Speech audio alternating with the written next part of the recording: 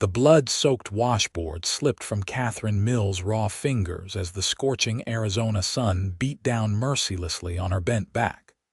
She had been washing other people's laundry since dawn, the crude lye soap burning into the open cracks of her skin. But in Copper Creek, Arizona Territory, 1878, a 22-year-old widow had precious few options to keep starvation at bay.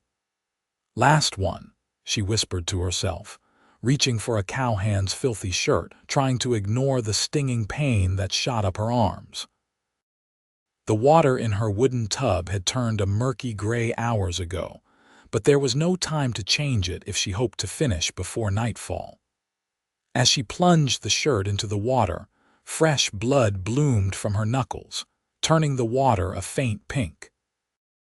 Katherine didn't notice the tall figure approaching on horseback, too focused on scrubbing the stubborn stain that refused to yield to her efforts. She had been at this for nearly a year now, ever since influenza had stolen her husband Thomas after just 10 months of marriage, leaving her with nothing but debts and a ramshackle rented room behind the general store. The rider dismounted with the practiced ease of a man who'd spent his life in the saddle. Lucas Atwood adjusted his worn leather vest and removed his hat, running a hand through sun-bleached hair as he approached the woman hunched over the washtub. The newly appointed foreman of the Rocking H Ranch had only been in Copper Creek for 3 weeks, but he'd heard talk about the young widow who took in washing, a respectable woman fallen on hard times. "Madam," Lucas called, keeping a respectful distance, "I've got some shirts need washing." Katherine startled at the deep voice, dropping the shirt back into the tub. She quickly wiped her bloodied hands on her already stained apron before turning to face the stranger. "I'm afraid I won't be able to take on more today, sir. These are promised for delivery by sundown, and she stopped abruptly, embarrassed by the state of her hands, which she hastily tucked behind her back. Lucas didn't miss the movement, nor the smears of blood on her apron. His eyes narrowed slightly as he took in her appearance, slender to the point of thinness, face flushed from the heat and work, dark circles beneath striking green eyes that held both weariness and determination. "No hurry on mine," he said, his voice gentler than before. "Tomorrow or even next week would do just fine." Katherine shook her head. "I appreciate that, but I've more than I can handle already. Mrs. Hanson at the boarding house might help you." Lucas didn't move. "Mrs. Hanson charges twice what folks say you do, and her work ain't half as good." He paused, then added, "I'm Lucas Atwood. Took over as foreman at the Rocking H last month."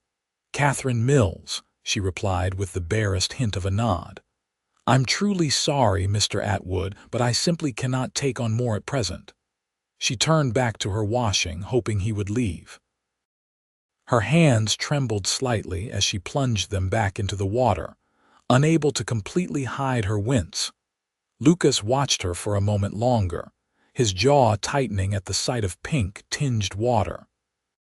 Without another word, he returned to his horse, but instead of mounting, he led the animal to the water trough nearby and allowed it to drink. From this vantage point, he continued to observe Katherine as she worked, noting how she occasionally had to pause and flex her fingers, how she bit her lip against obvious pain. When she finally finished the last piece, the sun was already beginning to dip behind the distant mountains. Katherine gathered the damp clothes into her basket, her movements slow with exhaustion. She would hang them on lines strung in her small room, where they would dry overnight. Tomorrow she would press them before returning them to their owners. She nearly jumped when Lucas appeared at her side. "Let me carry that for you," he said, not really asking as he took the heavy basket from her arms. "That's not necessary," Katherine protested, but her voice lacked conviction. The basket was heavy and her arms ached from the day's labor. "Which way?" Lucas asked, ignoring her weak objection. With a resigned sigh, She gestured toward the back of the general store. "I have a room there." They walked in silence, Katherine intensely aware of the tall stranger beside her. In a town the size of Copper Creek, new faces were always noted and discussed, but she had been too busy with her work to pay attention to the gossip about the rocking HTK's new foreman. Her room was small and spare, with barely enough space for a narrow bed, a table that served as both dining and ironing surface, and a tiny stove in the corner. Lines had been strung across one section, where a few pieces from yesterday were still drying. Lucas set the basket down just inside the door, his eyes taking in the cramped quarters. "Thank you," Katherine said, remaining in the doorway, clearly indicating he should leave, but Lucas didn't move. "Your hands," he said bluntly. "They need tending." Katherine instinctively hid them in the folds of her skirt. "I'll see to them." "With what?" "That same lye soap that's eating them raw." His tone wasn't unkind, but it brooked no argument. He reached into his vest pocket and pulled out a small tin. "My mother's recipe, for working hands. Take it." Katherine hesitated, then reached for the tin. "I can't accept." "You can and you will," Lucas interrupted. "Consider it payment in advance for when you do take my washing." A hint of a smile softened his weathered face. "Good evening, Mrs. Mills." Before she could formulate a response, he had turned and was walking away, leading his horse down the dusty street toward the saloon. That night, after hanging the laundry and eating a meager supper of beans and stale bread, Katherine opened the tin. Inside was a pale yellow salve that smelled of beeswax and herbs. When she smoothed it over her cracked and bleeding hands, the cooling relief was immediate, bringing tears to her eyes. The next morning, Katherine woke to the sound of loud hammering. Her hands felt markedly better, though still tender, as she quickly dressed and stepped outside to investigate the noise. To her astonishment, Lucas Atwood was there, along with two other men she didn't recognize, constructing what appeared to be a wooden frame near the water pump in the small yard behind her room. "Mr. Atwood," she called, hurrying over. "What on earth are you doing?" Lucas paused, hammer in mid-swing, and turned to her. "Morning, Mrs. Mills. Hope we didn't wake you too early." "What is this?" she demanded, gesturing at the wooden structure. "Washstand," he replied matter-of-factly. "Proper one with a roof to keep the sun off and a drain to carry the dirty water away." He resumed hammering. Katherine stood there, mouth agape. I don't understand. Why would you do this?" One of the other men, a wiry fellow with a bushy mustache, chuckled. "Boss here saw your hands yesterday. Said no woman should have to bleed just to earn her bread." Heat rose in Katherine's cheeks. "Mr. Atwood, this is very kind, but I cannot accept such charity. I manage just fine." Lucas set down his hammer and faced her directly. "Mrs. Mills, this isn't charity. It's an investment." "Investment?" "Yes, madam. The men at the ranch have been complaining about the state of their clothes. Mrs. Hanson at the boarding house does a poor job, and most of the boys are too proud to do their own washing properly. I figure if you had a proper setup, you could take on more work." Katherine crossed her arms. "And what do you get out of this arrangement, Mr. Atwood?" 20% discount on my own washing," he replied promptly. "And the satisfaction of my men not smelling like they sleep with the cattle." There was that hint of a smile again, just a slight lifting at the corner of his mouth. Despite herself, Katherine felt an answering smile tug at her lips. 20% is quite steep, Mr. Atwood." 15 then, he countered. "And call me Lucas." "Mr. Atwood makes me look around for my father." Katherine studied him for a moment, trying to discern his true motives. Men didn't just build things for women without expecting something in return. That was a hard lesson she'd learned early in life. But there was something straightforward about Lucas Atwood's gaze that made her want to trust him. "Very well. "Lucas," she finally said. 15%, but only on your personal items, not the entire ranch's washing. Lucas grinned fully then, revealing even white teeth in his tanned face. "Deal." He extended his hand, then seemed to remember the state of her hands and withdrew it awkwardly. "The salve helped," Katherine said, holding out her hand to show him. "Thank you." He took her hand briefly, his calloused palm warm against her skin. "Good, keep using it." He cleared his throat and turned back to his work. "This should be done by noon. Then you can see what you think." True to his word, by midday, Lucas and his men had completed a sturdy washstand. It featured a slanted working surface that would drain water away from the washer, a small roof to provide shade, and even hooks for hanging tools and cloths. They had positioned it near the water pump for easy access to fresh water. "It's remarkable," Katherine admitted, walking around the structure. It was simple but cleverly designed, far better than hunching over buckets on the ground as she had been doing. "Jed here's a carpenter by trade," Lucas explained, nodding toward the mustached man. "I just had the idea. He made it work." Jed tipped his hat to Katherine. "Happy to help, madam. My wife did washing before we got married. Know how hard it is on a woman's hands." "I don't know how to thank you all," Katherine said, genuinely moved. "Could start by taking these," Lucas said, producing a bundle wrapped in brown paper from behind his back. "My shirts, and maybe fixing us something to eat. We worked through breakfast." Katherine laughed despite herself. "I think I can manage that." She had little enough to offer, but she could at least make cornbread and coffee. As the men sat at her small table eating the simple fare she provided, Katherine found herself studying Lucas surreptitiously. He wasn't handsome in the conventional sense. His features were too rugged. His nose slightly crooked as if it had been broken at some point, but there was something compelling about him.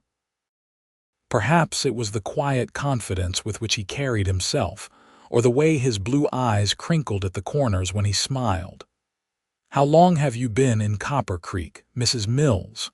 Jed asked, breaking into her thoughts. "Just over a year," she replied. "My husband and I came west from Missouri after we married. He had prospects of work in the mines, but—" She trailed off, not wanting to delve into the painful memories. "The influenza took him," Lucas supplied quietly. "I heard in town." Katherine nodded, looking down at her hands. "Yes. Last spring." A brief silence fell over the table. Then the third man, who had been introduced as Hank, spoke up.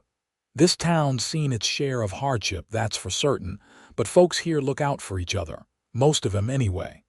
"Most?" Katherine asked. Hank exchanged glances with Lucas.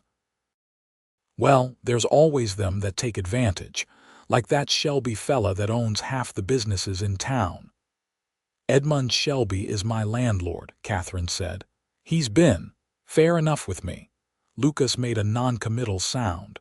"Man's got a reputation for squeezing folks when they're down. Just be careful in your dealings with him, is all."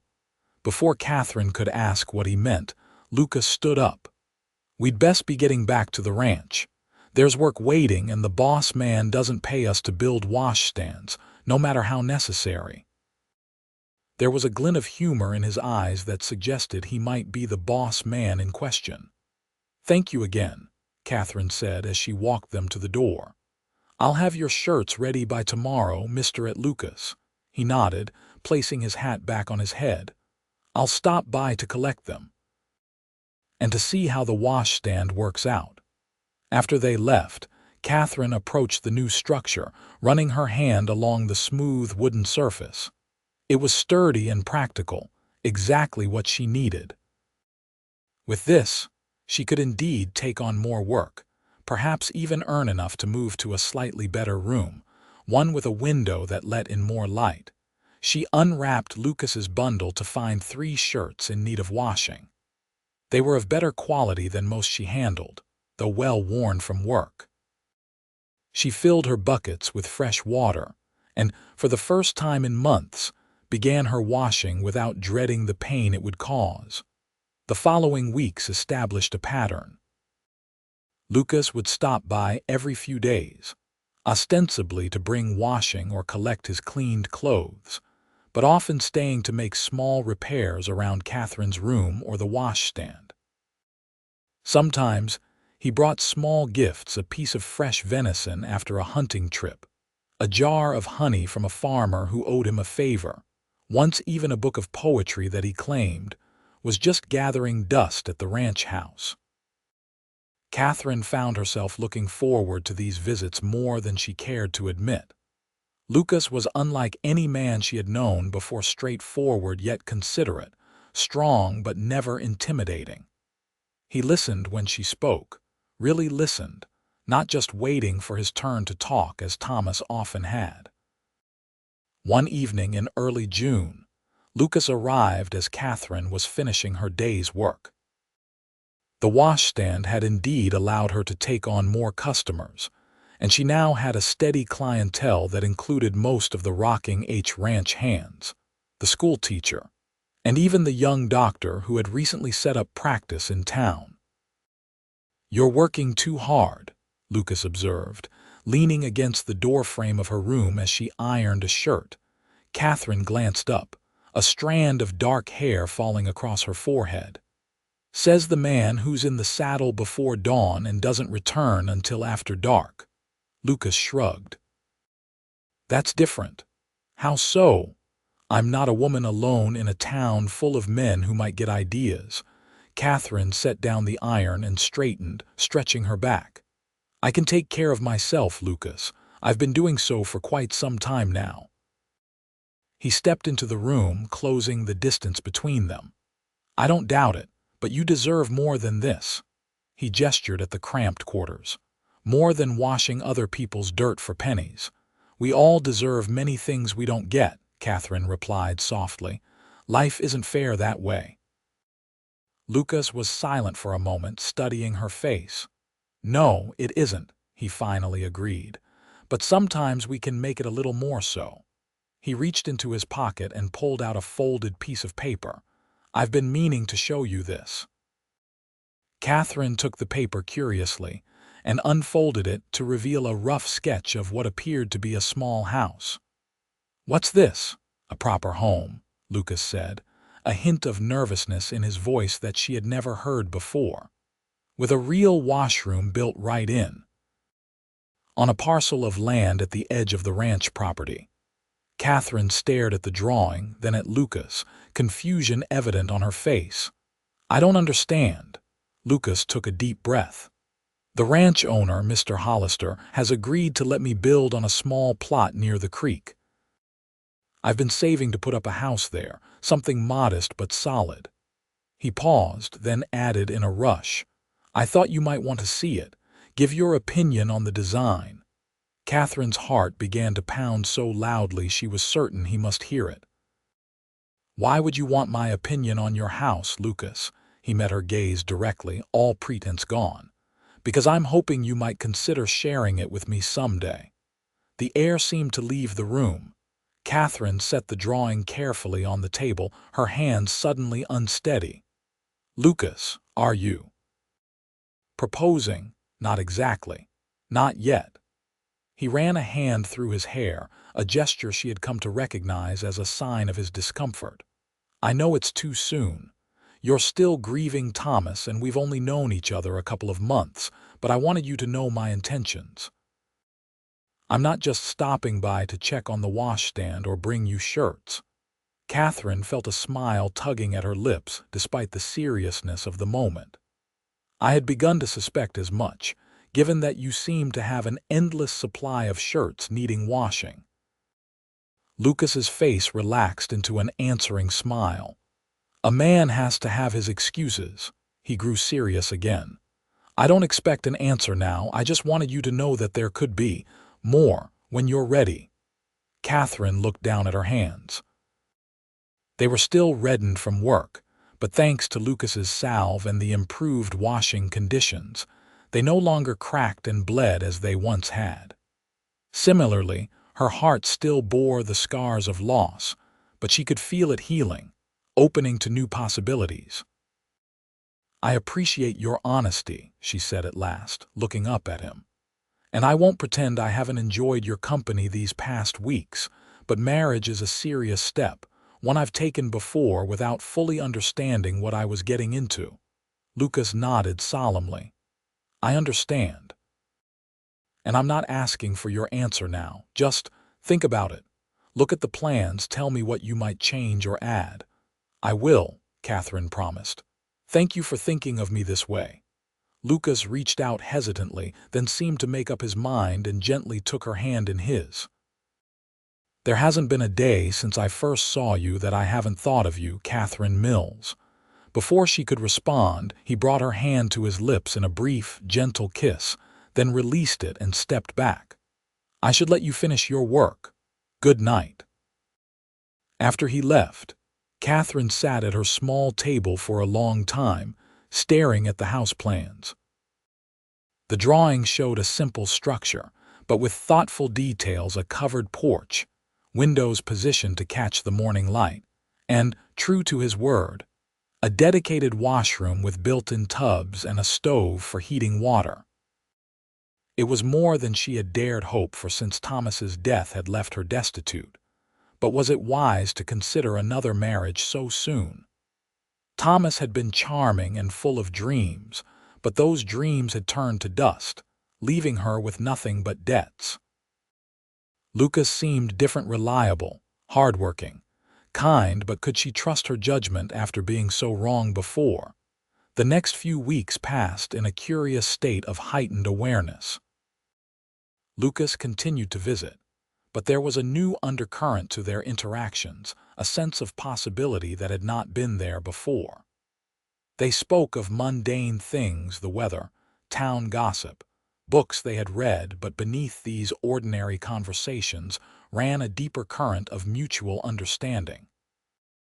Katherine found herself paying more attention to her appearance, using precious pennies to buy ribbon for her hair or lavender water to freshen her dresses.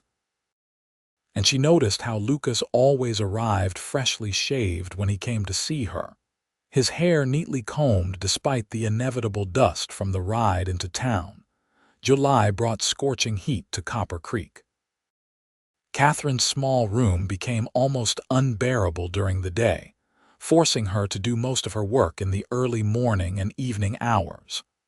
The washstand that Lucas had built proved its worth more than ever, the shade it provided making the difference between manageable work and complete exhaustion. One particularly hot afternoon, as Katherine was resting between washing and ironing, a sharp knock came at her door. Expecting Lucas, she hurriedly smoothed her hair before opening it, only to find Edmund Shelby standing there instead. Shelby was a portly man in his 50s, always impeccably dressed despite the frontier setting.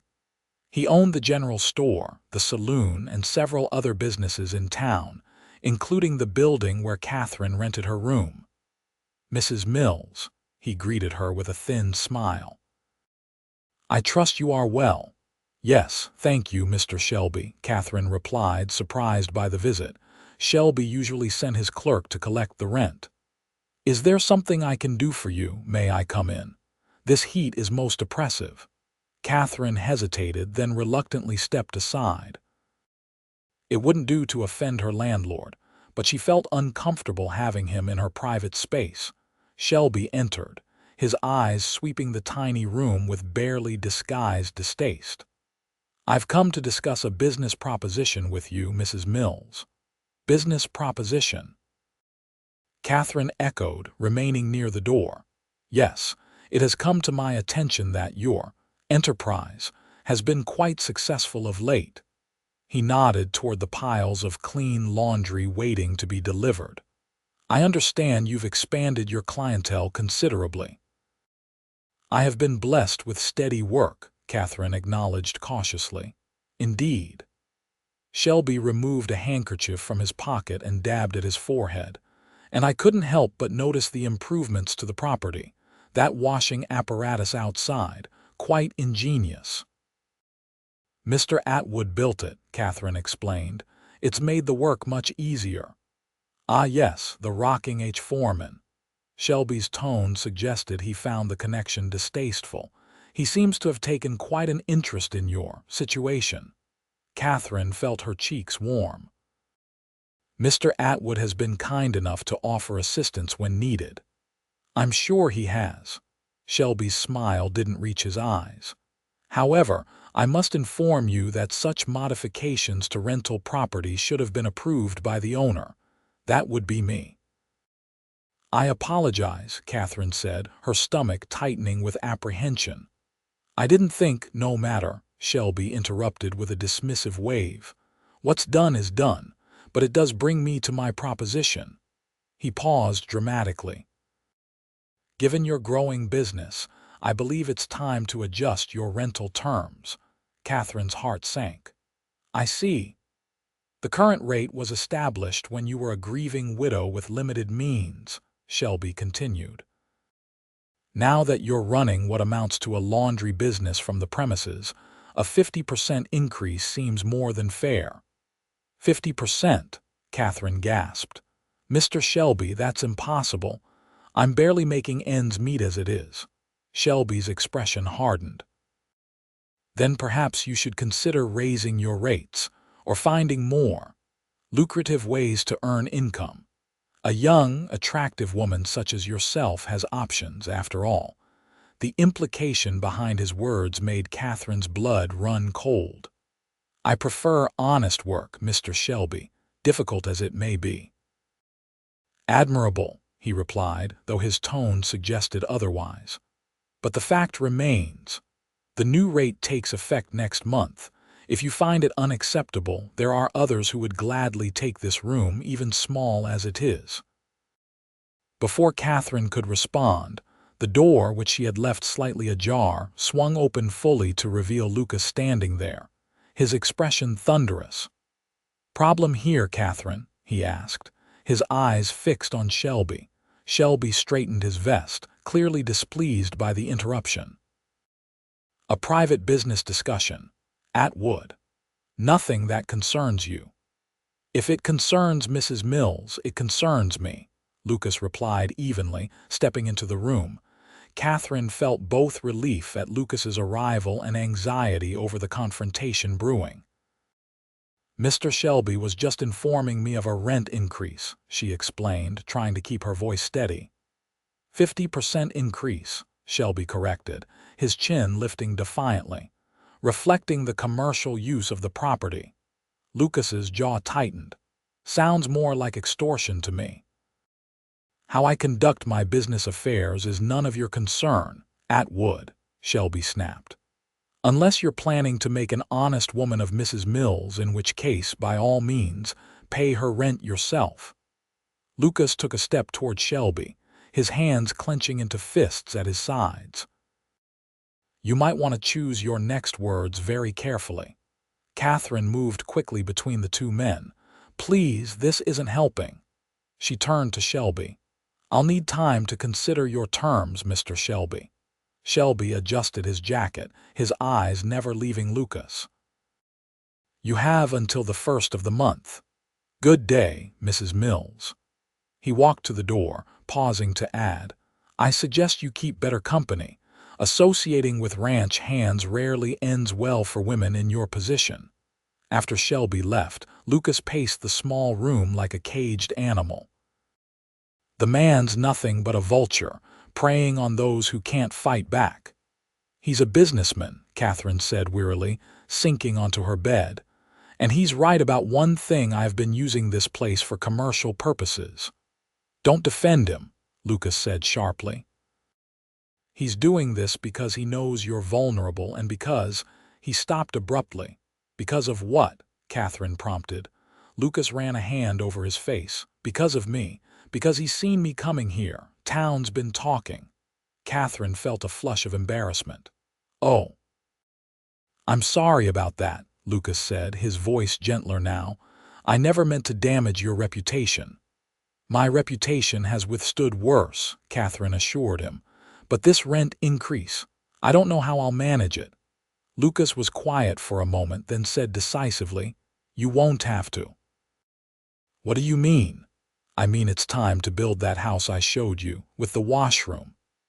He knelt in front of her, taking her hands in his. "Marry me, Katherine. Let me take care of you." Katherine stared at him, her heart racing. "Lucas, I can't marry you just to solve my housing problem." "That's not why I'm asking, and you know it," he said fiercely. "I love you. I think I've loved you since I saw you bent over that washtub, working until your hands bled rather than give up." His declaration hung in the air between them, raw and honest. Katherine felt tears welling in her eyes. I care for you too, Lucas, more than I thought possible after Thomas, but marriage is such a serious step." "It is," he agreed, "and I wouldn't ask if I wasn't certain. But I am certain, Katherine, about you, about us. I want to build a life with you, not just a house, but a home, a family." Katherine looked into his earnest blue eyes and saw the truth of his words reflected there. In the weeks she had known him, Lucas had shown her nothing but respect, kindness, and steadfast support. He had built her a washstand without being asked, brought her salve for her bleeding hands, and now was offering to build her a home with a proper washroom, not out of pity, but out of love. "Yes," she whispered, the word escaping before she had fully formed the thought. But once spoken, she knew it was right. "Yes, I'll marry you, Lucas Atwood." The joy that transformed his face made her heart soar. He pulled her to her feet and into his arms, his embrace strong yet gentle. "You won't regret it," he promised. "I'll spend every day making sure of that." When he kissed her, it was with such tenderness that tears spilled down Katherine's cheeks, not tears of sorrow as she had shed so often this past year, but of happiness and hope. The following weeks passed in a whirlwind of activity. Lucas wasted no time in beginning construction on their house, enlisting Jed and several other ranch hands to help with the building. Katherine continued her laundry business, saving every penny she could toward household necessities. When Lucas proposed a simple wedding at the small church in Copper Creek, Katherine agreed readily. She had no family to invite, her parents having died years before, and her first wedding had been an elaborate affair that had strained Thomas's limited finances. This time, she wanted only sincerity and love, both of which Lucas offered in abundance. They were married on a bright September morning, with Jed standing as Lucas's best man and the doctor's wife, Martha, who had become a friend to Katherine, serving as her attendant. The ceremony was brief but heartfelt, and when the preacher pronounced them husband and wife, the small gathering of well-wishers erupted in cheers. Edmund Shelby was conspicuously absent from the celebration, having been less than pleased when Katherine informed him she would be vacating her room at the end of the month. Rumors circulated that he had already rented the tiny space to a new arrival in town, at an even higher rate than he had proposed to Katherine. The house that Lucas built for them exceeded Katherine's expectations. Located on a gentle rise overlooking a creek, it was larger than the sketch had indicated, with 2 bedrooms for the family we'll have someday, as Lucas put it with a hopeful smile. The main room combined kitchen and living areas, with large windows that let in ample light. But it was the washroom that brought tears to Katherine's eyes when she first saw it. Lucas had spared no expense or effort in creating a space specifically designed for her work. There were 3 large built-in tubs with drainage systems, a massive stove for heating water, smooth counters for folding and ironing, and rows of shelves for supplies. Best of all, the entire room had windows on 3 sides, providing both light and ventilation. "You like it?" Lucas asked anxiously as he showed her the completed room for the first time. Katherine turned to him, her eyes shining. "Like it? Lucas, it's perfect. I've never seen anything so thoughtfully designed." He scratched the back of his neck, a gesture of modesty she had come to adore. "I watched how you worked, noticed what seemed most difficult, tried to make it easier." "You succeeded," she assured him, reaching up to kiss his cheek. "Thank you for building me not just a house, but a home I can be proud of." Life settled into a pleasant rhythm for the newlyweds. Lucas continued his work as foreman of the Rocking H, often leaving before dawn, but always returning to Katherine by nightfall. Katherine's laundry business thrived in her new facilities, and she was able to take on even more clients, including the stagecoach line that needed bedding and curtains refreshed regularly. With the increased income, they were able to add small luxuries to their home: a rocking chair for the porch, curtains for the windows, even a small bookshelf filled with volumes that Lucas purchased whenever he made trips to Tucson. In the evenings, they would often sit together while Katherine mended and Lucas read aloud, his deep voice bringing stories to life in a way that made Katherine fall in love with him all over again. Winter came early that year, bringing unusually heavy snowfall to the high desert. The cold made Katherine's work more challenging, but the washroom that Lucas had built remained warm and functional thanks to its efficient stove.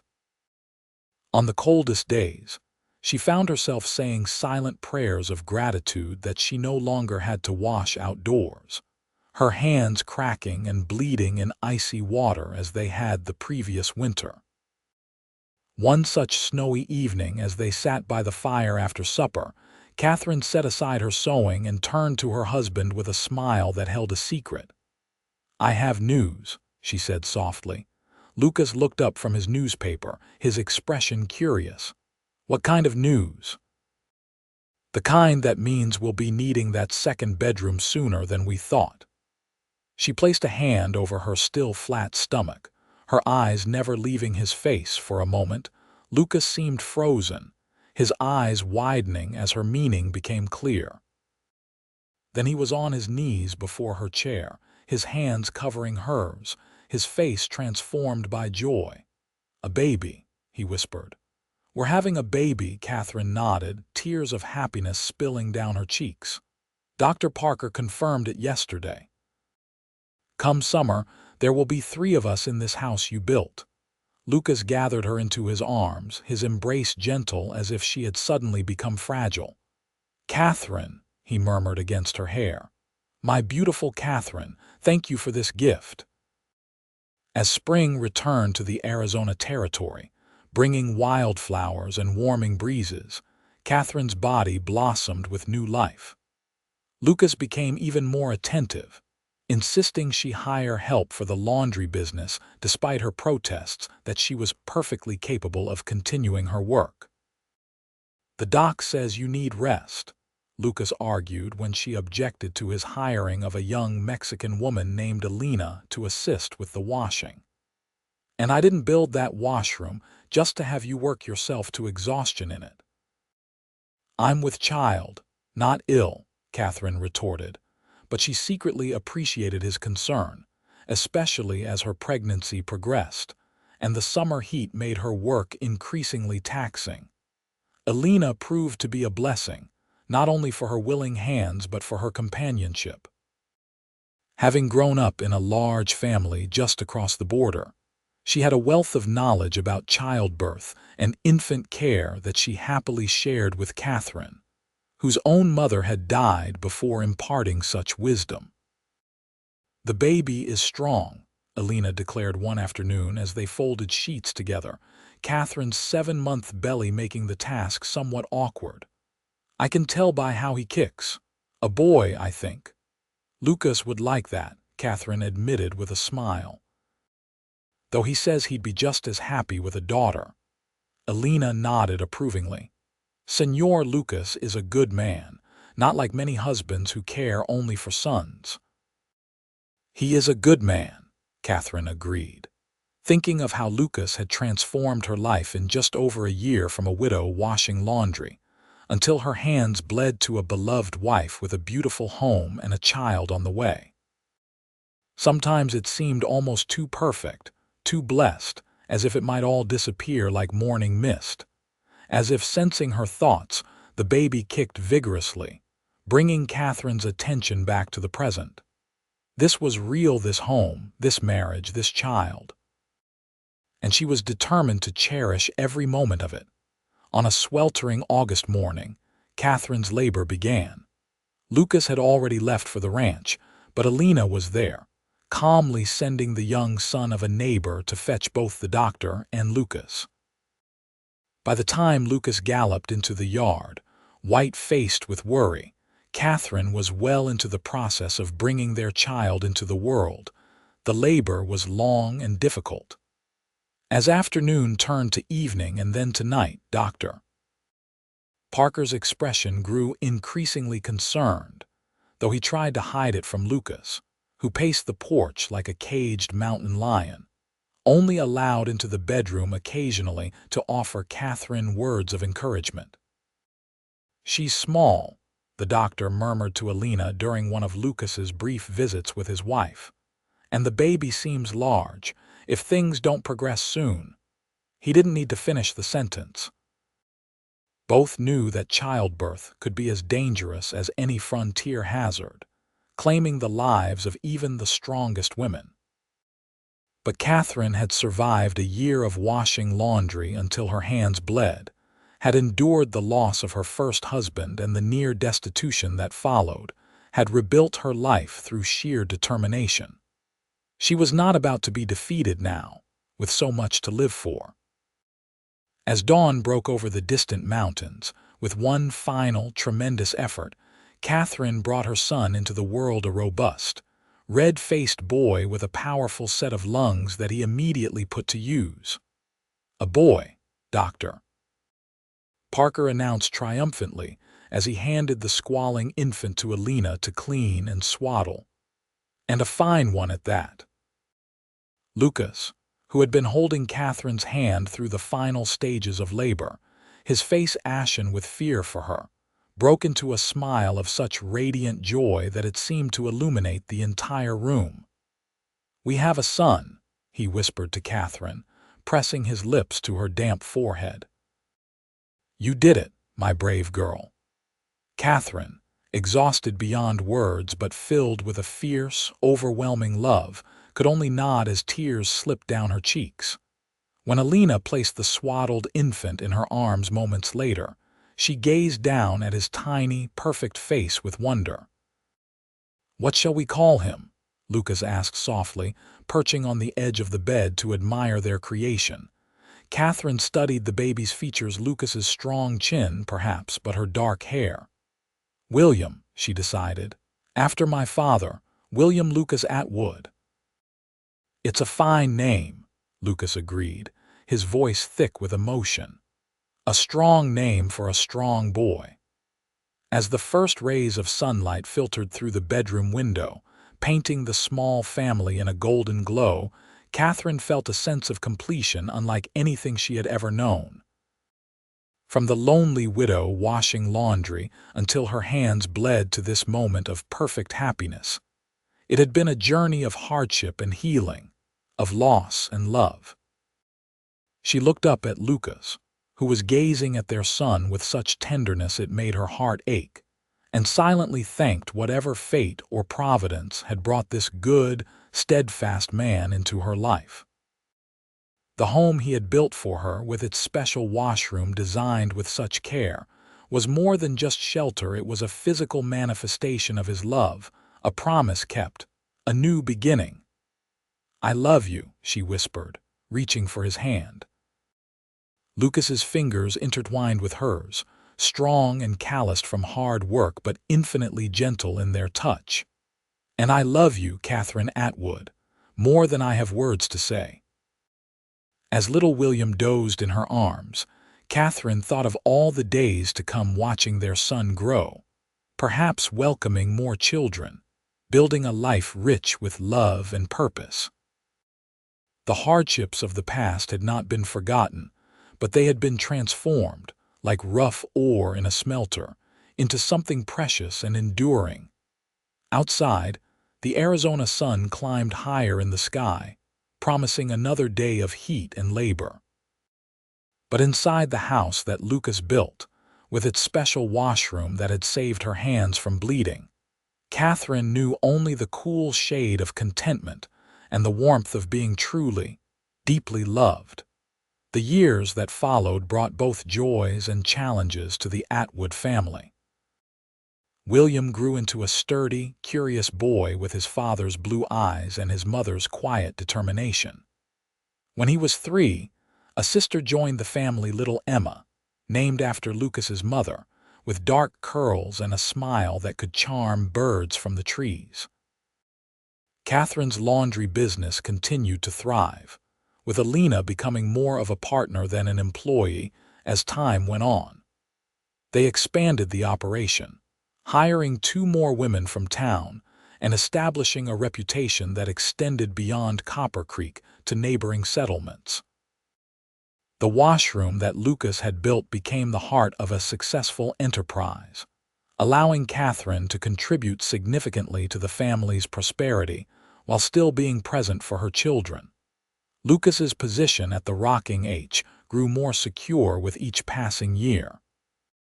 When the ranch owner decided to return east in 1885, he offered Lucas the opportunity to purchase the property at a favorable price.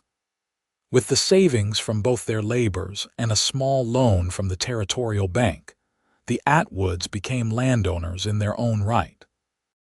Edmund Shelby remained a fixture in Copper Creek, though his influence waned as the town grew and new businesses established themselves.